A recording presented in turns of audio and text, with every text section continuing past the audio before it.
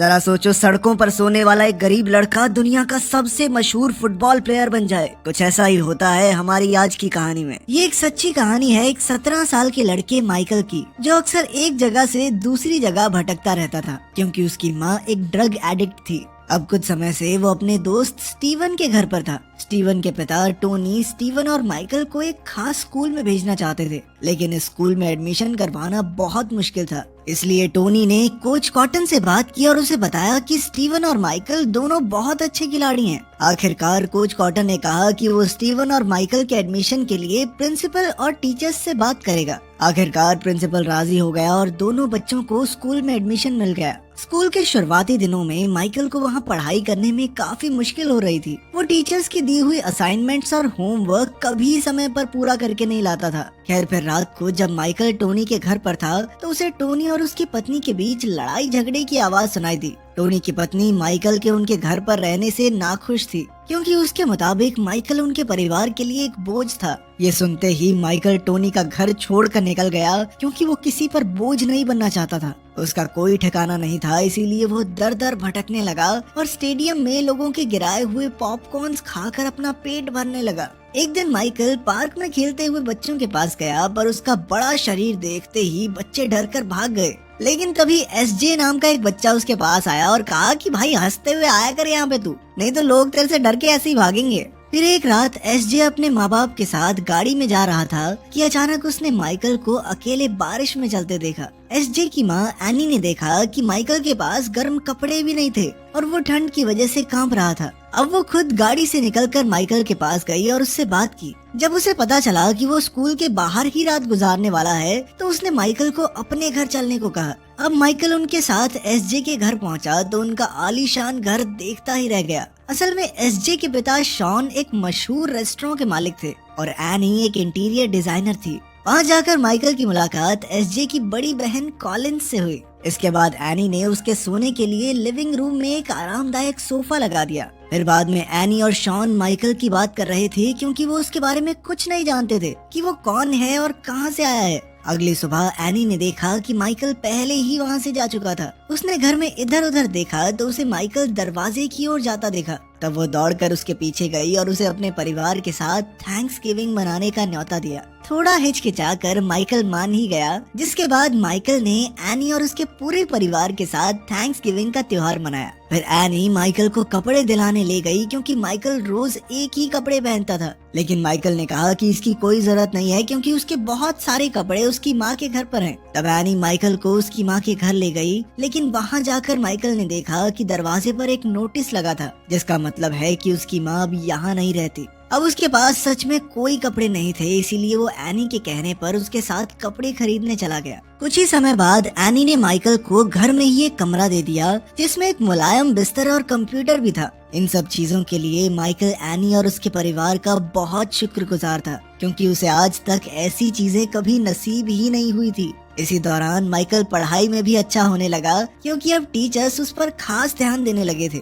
साथ ही शॉन ने माइकल की खेल कूद की काबिलियत को पहचाना और उसे स्कूल की फुटबॉल टीम में शामिल होने को कहा। जब उसे टीम में चुन लिया गया तो इसकी खुशी में शॉन पूरे परिवार को बाहर डिनर पर ले गया। शॉन और उसका परिवार माइकल को बिल्कुल अपने दूसरे बेटे की तरह रखते थे। जब क्रिसमस कार्ड के लिए तस्वीरें खिंचवाई गई तो उन्होंने माइकल को भी अपने साथ शामिल किया। उस दिन से शॉन और एनी के रिश्तेदारों और दोस्तों को भी पता चल गया कि अब माइकल भी उनके परिवार का हिस्सा है। फिर एक दिन जब एनी अपनी सहेलियों के साथ बाहर खाना खाने गई तो उन्होंने उसे ताने मारते हुए कहा कि उसकी बेटी कॉलिंस माइकल के घर पर होने से कितना असुरक्षित महसूस करती होगी। उनके मुताबिक माइकल जैसे बड़े और काले लड़के को घर में बिल्कुल नहीं रखना चाहिए। मगर अपनी सहेलियों की छोटी सोच देखकर एनी निराश होकर वहाँ से लौट आई। घर जाकर उसने कॉलिंस से पूछा कि क्या उसे माइकल के घर में होने से कोई दिक्कत है, लेकिन कॉलिंस ने कहा कि नहीं मम्मी, ऐसा तो कुछ भी नहीं है, क्योंकि वो भी माइकल को अपने परिवार का हिस्सा ही मानती थी।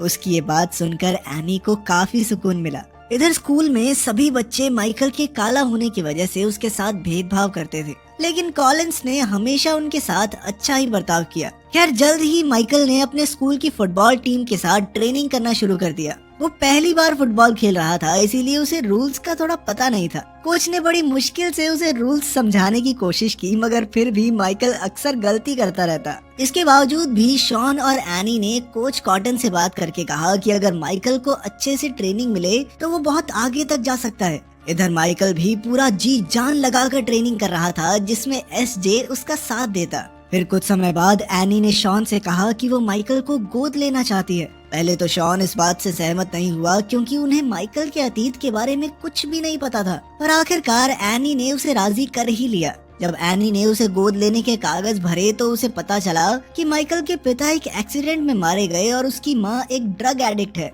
माइकल की माँ जिंदा थी, इसलिए एनी ने उसे गोद लेने से पहले उसकी माँ से इजाजत लेने की सोची। एनी ने डेनिस से कहा कि वो हमेशा माइकल की माँ रहेगी और जब चाहे उससे मिलने आ सकती है। डेनिस ने भी सोचा कि एनी और शॉन के साथ रहकर माइकल की जिंदगी सुधर जाएगी, इसीलिए उसने उन्हें माइकल को गोद लेने की इजाजत दे दी। माइकल एक ऐसा लड़का जिसके पास ना कभी घर था और कभी प्यार तो उसे मिला ही नहीं, पर अब उसके पास एक अच्छा घर और एक प्यारा सा परिवार था। फिर एक दिन माइकल और एसजे गाड़ी में जा रहे थे कि अचानक उनका जबरदस्त एक्सीडेंट हो गया। हालांकि उनकी जान बच गई, पर माइकल को बहुत गहरा सदमा लगा, क्योंकि उसकी वजह से एसजे जख्मी हो गया था। वो लगातार एनी से माफी मांग रहा था, मानो उसे डर हो कि ये सब उससे छिन तो नहीं जाएगा। तब एनी ने उसे शांत करते हुए कहा कि इस एक्सीडेंट में उसकी कोई गलती नहीं थी, बल्कि उसने तो तेजी से गाड़ी मोड़कर एसजे की जान बचाई है। फिर कुछ दिन बाद फुटबॉल प्रैक्टिस के दौरान कोच कॉटन ने माइकल को फिर से डांटा,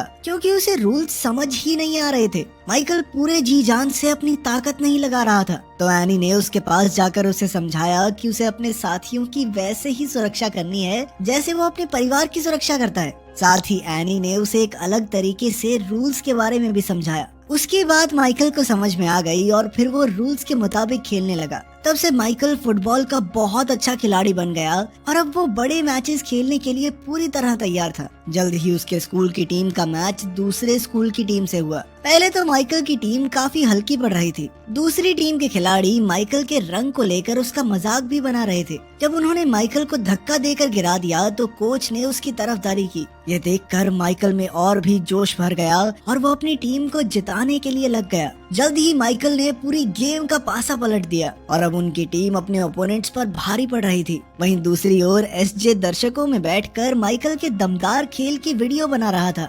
आखिरकार माइकल की ही वजह से उनकी स्कूल टीम मैच जीत गई, जिससे सबको उस पर बहुत गर्व हुआ। फिर अगले दिन एसजे ने माइकल के फुटबॉल मैच की फुटेज अलग अलग कॉलेज के कोचेस को भेजी और उसकी काबिलियत देखकर वो सब काफी प्रभावित हुए। एक दिन जब माइकल अपनी स्कूल टीम के साथ ट्रेनिंग कर रहा था तो कई सारे कॉलेजेस के कोच उसकी काबिलियत देखने आ पहुंचे। फिर कोच कॉटन ने माइकल को बुलाकर उसे सबके सामने खेलने को कहा। जब कोचेस ने उसे अपनी आंखों के सामने खेलते हुए देखा तो सभी बहुत ज्यादा इम्प्रेस हो गए, क्योंकि उन्होंने आज तक इतना अच्छा खिलाड़ी नहीं देखा था। इस दिन के बाद सभी कोचेस माइकल को अपने कॉलेज की फुटबॉल टीम में शामिल करने की होड़ में लग गए। इसके बाद माइकल को कई सारी यूनिवर्सिटी से स्कॉलरशिप्स के ऑफर आए, पर वो स्कॉलरशिप नहीं ले सकता था क्योंकि वो पढ़ाई में उतना अच्छा नहीं था। इन स्कॉलरशिप्स के लिए उसे अच्छे मार्क्स की जरूरत थी। तब एनी ने उसके लिए एक प्राइवेट ट्यूटर को बुलाया जिसका नाम था सुई, ताकि वो माइकल की पढ़ाई में मदद करे और वो स्कॉलरशिप लेकर अच्छे कॉलेज में जा सके।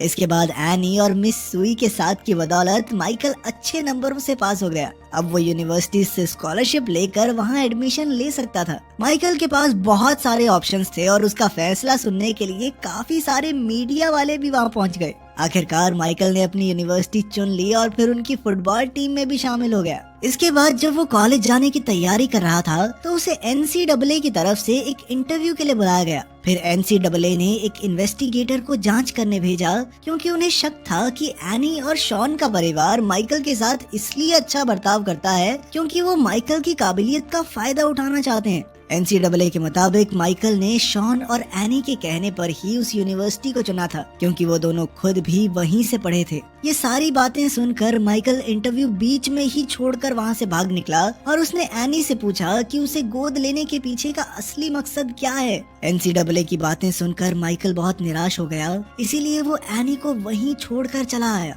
और फिर उनके घर लौट कर नहीं गया। इसके बाद वो अपनी असली माँ को ढूंढते हुए गांव पहुंचा और उसे अपना पुराना दोस्त मिला जो कि एक गैंग लीडर बन गया था। उसने माइकल को अपने बाकी दोस्तों के साथ पार्टी करने बुलाया और उसे बियर पिलाई। फिर एक लड़के ने एनी और कॉलिंस के बारे में गंदे मजाक करने शुरू कर दिए, जिससे माइकल को बहुत गुस्सा आया और उसने सभी लड़कों को बुरी तरह पीटा। फिर अगले दिन उसने काफी सोच विचार के बाद एनी को फोन किया। तब एनी ने कहा कि उसने माइकल की मदद इसलिए की क्योंकि उसे लगा कि उसमें काबिलियत है और वो बहुत आगे जाएगा। तब एनी ने उसे समझाया कि वो कभी भी उसका फायदा नहीं उठाना चाहते थे, लेकिन उन्होंने हमेशा उसे आगे बढ़ते रहने को कहा ताकि वो अपनी काबिलियत के हिसाब से बहुत आगे तक जाए। तब माइकल ने एनी को माँ कहकर पुकारा और उसे गलत समझने के लिए उससे माफी मांगी। बाद में उसने NCAA के इन्वेस्टिगेटर्स को बताया कि उसने यूनिवर्सिटी को इसलिए चुना है क्योंकि यहीं से उसके माँ बाप पढ़े हैं। आखिरकार कहानी के अंत में हमें असली माइकल और उसके परिवार की तस्वीर दिखाई जाती है। आगे चलकर माइकल अमेरिकन फुटबॉल का एक बहुत ही महान खिलाड़ी बना।